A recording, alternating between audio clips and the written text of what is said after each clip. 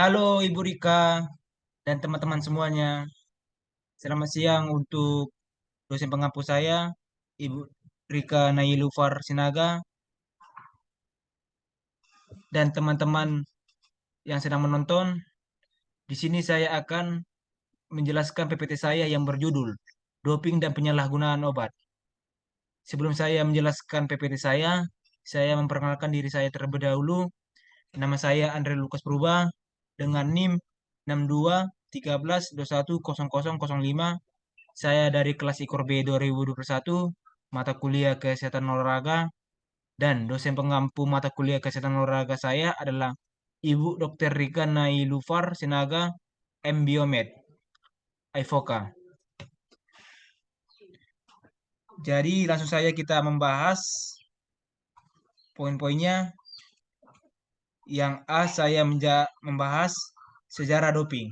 Jadi kita bertanya-tanya atau bertanya-tanya bagaimana sejarah doping atau kita ada yang tidak tahu tentang sejarah doping. Langsung saja kita pembahasannya. Jadi di sini kita bisa lihat kata doping berasal dari bahasa Belanda dop, nama minuman beralkohol yang terbuat dari kulit anggur yang digunakan oleh tentara Julu dalam meningkatkan keberanian dalam peperangan. Istilah tersebut menjadi umum pada sekitar pergantian abad ke-20. Aslinya, mengacu pada pemberian obat pada kuda pacu. Praktek meningkatkan kinerja melalui pemberian zat-zat atau bahan-bahan artifisial lainnya berusia sama dengan olahraga kompetitif itu sendiri.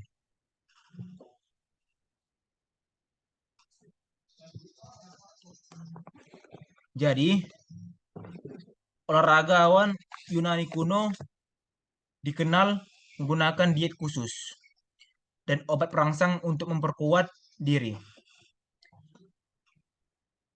Jadi, yang diperkuat dirinya itu adalah mereka. Jadi, stratagem, kafein, kokain adalah dan alkohol sering digunakan oleh pembalap sepeda dan olahragawan endurance lainnya pada abad 19. Jadi, Thomas Ickes memenangkan lari maraton pada Olimpiade 1904 di Saint Louis karena menggunakan telur mentah, injeksi stratagem, dan meminum brandy selama pertandingan. Sejak tahun 1920 dilakukan pembatasan penggunaan obat-obatan dalam olahraga. Jadi, tahun 1928 Federasi Atletik Amatir Internasional merupakan federasi olahraga internasional pertama yang melarang penggunaan doping. Setelah itu, diikuti oleh federasi-federasi lainnya. Tetapi, pembatasan tersebut kurang efektif karena tidak dilakukan pengujian. Sementara itu, masalahnya semakin memburuk dengan penggunaan hormon-hormon sintetik yang ditemukan pada tahun 1930 dan semakin marak penggunaannya sejak tahun 1950. Kebanyakan federasi olahraga internasional memperkenalkan pengujian doping pada tahun 1970-an. Jadi, penggunaan anabolik steroid semakin meluas. Walau begitu, terutama dalam lomba kekuatan, pada saat itu belum ada metode untuk mendeteksinya. Jadi, sebuah metode pengujian yang dapat dipercaya pertama kali diperkenalkan pada tahun 1974 dan IOC menambah anabolik steroid ke dalam daftar terlarangnya pada tahun 1976. Akibatnya adalah peningkatan yang nyata atas jumlah diskualifikasi akibat penggunaan obat-obatan pada akhir tahun 1970-an, terutama pada olahraga kekuatan seperti nomor lempar dan angkat berat. Kegiatan anti-doping semakin kompleks antara tahun 1970 dan 1980 dengan munculnya kecurigaan dari negara-negara terhadap doping yang dilakukan oleh sejumlah negara. Sebagai contoh, negara Republik Demokratik Jerman yang membuktikan kecurigaan ini. IOC melarang doping darah pada tahun 1986. Cara lain untuk meningkatkan kadar hemoglobin terus diuji cobakan. Salah satunya adalah eritropoietin. yang dimasukkan ke dalam daftar terlarang IOC pada tahun 1990. Jadi, waktu perang terhadap EPO terhambat oleh kurangnya metode yang dapat dipercaya. Sebuah metode deteksi EPO yang didasarkan pada kombinasi analisis urin dan darah. Pertama kali diterapkan pada Olimpiade Sydney pada tahun 2000. Pada tahun 1988, sejumlah besar zat-zat terlarang ditemukan oleh polisi dalam penggerebekan yang dilakukan pada saat Tour de France. Skandal tersebut menyebabkan meningkatnya harapan terhadap peran otoritas publik dalam masalah anti-doping. Pada awal 1963, Prancis telah menjadi negara pertama yang memperlakukan peraturan anti-doping.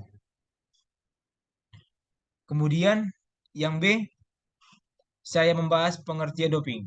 Jadi banyak yang belum tahu pengertian doping atau apa itu doping. Mari kita langsung penjelasannya. Menurut Profesor Santoso tahun 2012 yang dikenal sebagai Bapak Ilmu Faal Indonesia, di dalam bukunya mendefinisikan doping dari penyesuaian zaman namun pada prinsipnya sama.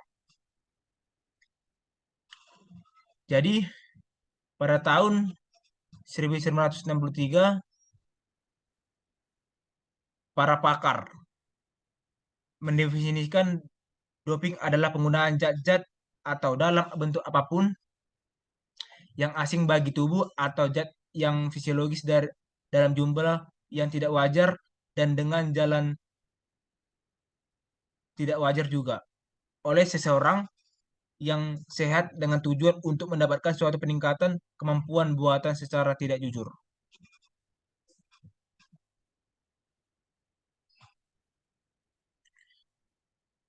Jadi macam usaha psikologi untuk meningkatkan kemampuan dalam olahraga juga harus dianggap suatu doping.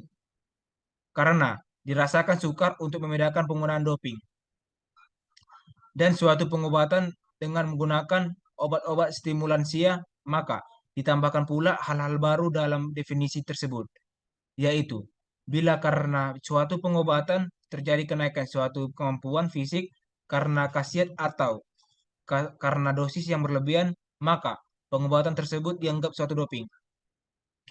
Pada Kongres Ilmiah Olahraga Internasional di Tokyo pada tahun 1988, definisi doping diubah lagi menjadi pemberian atau penggunaan suatu zat asing dalam jumlah yang tidak wajar dan diberikan melalui cara yang tidak wajar dengan maksud khusus, yaitu meningkatkan prestasi secara buatan dan cara ini tidak dibenarkan dalam pertandingan.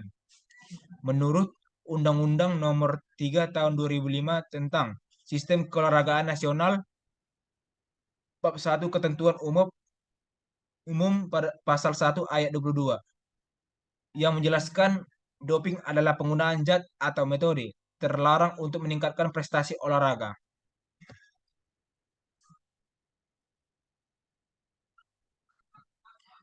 Kemudian kita masuk ke C, jenis-jenis doping.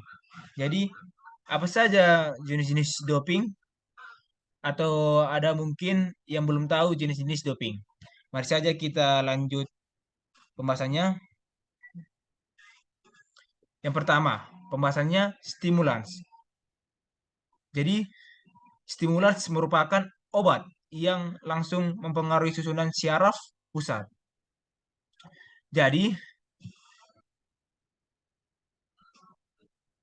Jadi, stimulan ini terdiri dari berbagai obat yang dapat meningkatkan kesegaran fisik, mengurangi kelelahan, dan meningkatkan semangat bertanding, namun juga dapat mengurangi kewaspadaan, sehingga dapat menyebabkan kecelakaan pada olahragawan. Amfetamin dan senyawa sejenis merupakan stimulan yang paling banyak menimbulkan masalah. Yang kedua adalah narkotika atau narkotik. Jadi, olahragawan menggunakan narkotika hanya untuk menyembuhkan rasa nyerinya. Jadi, di penjelasannya,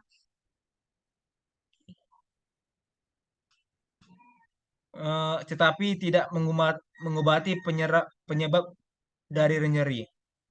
sehingga cedera akan bertambah buruk dan dapat menimbulkan risiko ketergantungan fisik dan psikis. Yang ketiga adalah kanabinoid. Jadi, kanabinoid ini berasal dari tumbuhan yang bersifat psikoaktif, dapat berbentuk ganja, marijuana, dan hashish. Di penjelasannya, zat yang paling aktif dari tumbuhan kanabis adalah tetrahydrocannabinoid atau THC. Yang kemudian jenisnya adalah anabolik steroid. Jadi, anabolik steroid ini merupakan golongan obat-obatan baik asli maupun sintesis yang merupakan yang mempunyai struktur kimia dan aktivitas farmakologis serupa dengan hormon kelamin pria testosteron.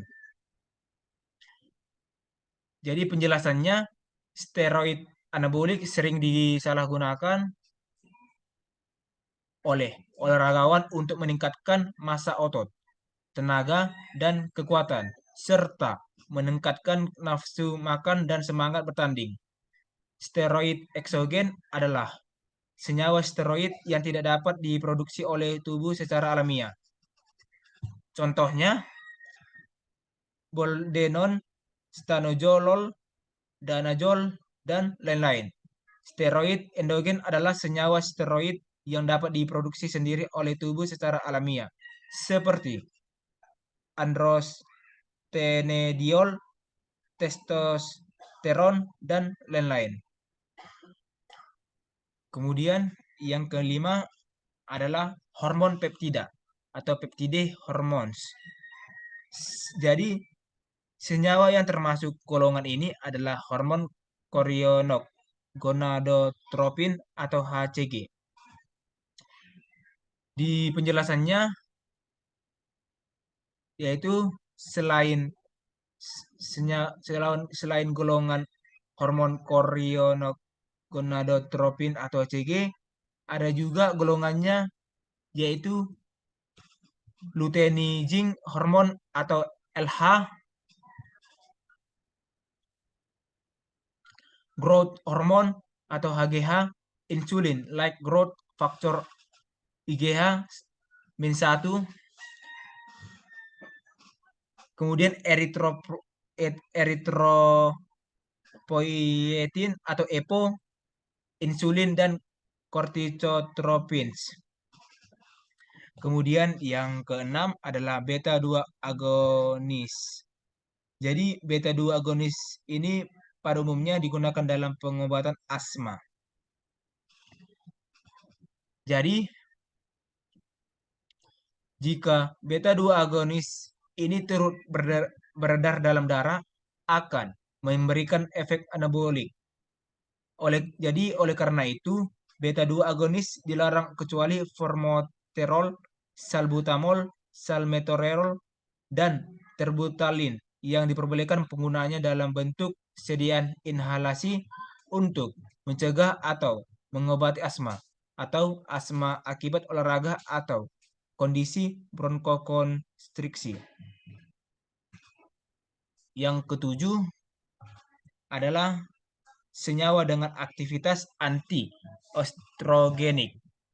Jadi senyawa-senyawa golongan ini pada umumnya dipakai sebagai terapi hormon pada penderita kanker payudara antara lain aromatase inhibitor dan tamoxifen. Jadi aromatase inhibitor ini bekerja dengan cara mengurangi jumlah estrogen yang berada dalam darah. Senyawa-senyawa ini dapat disalahgunakan untuk menghilangkan efek yang tidak diinginkan akibat pemakaian steroid anabolik. Yang kedelapan adalah masking agents. Masking agents ini adalah zat yang memiliki potensi untuk mengganggu pengeluaran atau ekskresi, zat yang dilarang. Jadi kita bisa memberi contoh pada urin. Jadi pada sampel urin akan menutupi adanya zat yang dilarang atau mengubah kondisi darah, termasuk dalam masking agents. Yang terakhir adalah glukokortikosteroid. Glukokortikosteroid ini merupakan senyawa antiinflamasi yang kuat. Jadi, umumnya dipakai untuk mengobati kondisi inflamasi kronik seperti artritis, asma, inflamasi sendi, dan reaksi alergi. Jadi, di penjelasannya, glukokortikosteroid ini dilarang penggunaannya di dalam pertandingan dengan pemberian secara peroral atau diminum, per rektal atau ke dalam rektum, dan suntikan intravena maupun intramuskular. Jadi, pemakaian glukokortikosteroid diperbolehkan di luar pertandingan. Jadi, cara pemakaiannya seperti pemakaian topikal atau oles untuk daerah sekitar anus, telinga, kulit secara inhalasi intraartikular, hidung, dan mata, maka olahragawan perlu menyertakan TUE. Kemudian saya menjelaskan yang D, bahaya doping bagi kesehatan. Jadi kita banyak juga yang belum tahu bahaya doping bagi kesehatan. Jadi kita jangan hanya tahu saja memakai, tapi kita tahu juga bahaya doping itu bagi kesehatan kita. Yang pertama, stimulans. Jadi efek samping stimulan ini yang sering terjadi pada dosis tinggi adalah tekanan darah meningkat. Jadi selain tekanan darah meningkat, efek sampingnya bisa terjadi sakit kepala, denyut jantung meningkat, dan tidak beraturan, gelisah, dan tremor. Yang kedua adalah narkotika atau narkotics. Jadi efek samping utama dari penggunaan obat ini adalah depresi pernafasan. Jadi penjelasannya persepsi yang salah terhadap rasa nyeri dan bahaya menimbulkan risiko ketergantungan fisik dan psikis. Yang ketiga adalah anabolik steroid. Jadi efek samping dari senyawa ini antara lain dapat menimbulkan gangguan sistem kardiovaskuler atau jantung dan pembuluh darah, kerusakan hati, dan perubahan psikis. Jadi, saya bisa menjelaskan atau penjelasannya adalah pada usia remaja, penggunaan steroid anabolik dapat menghentikan pertumbuhan tulang.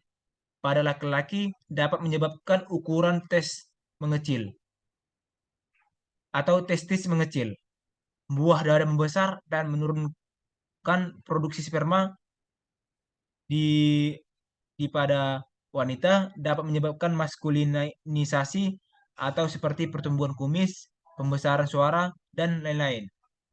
Timbulnya jerawat, kebotakan, serta gangguan pada fungsi indung telur dan siklus menstruasi. Yang keempat adalah senyawa dengan aktivitas antioestrogenik. Efek sampingnya yang mungkin timbul berupa rasa panas pada tubuh atau hot flushes. Di penjelasannya, selain efek samping yang berupa panas pada tubuh, efek samping yang lainnya bisa terjadi gangguan fungsi pencernaan, retensi cairan, dan trombosis vena atau gangguan pembekuan darah pembuluh vena. Yang terakhir atau yang kelima adalah glukokortikosteroid. Jadi efek akibat pemakaian secara umum meliputi retensi cairan. Jadi selain efek retensi cairan, efek samping glukokortikosteroid ini adalah hiperglikemik, perubahan mood, infeksi sistemik, atau akibat penurunan daya imun dan gangguan pada jaringan otot dan tulang.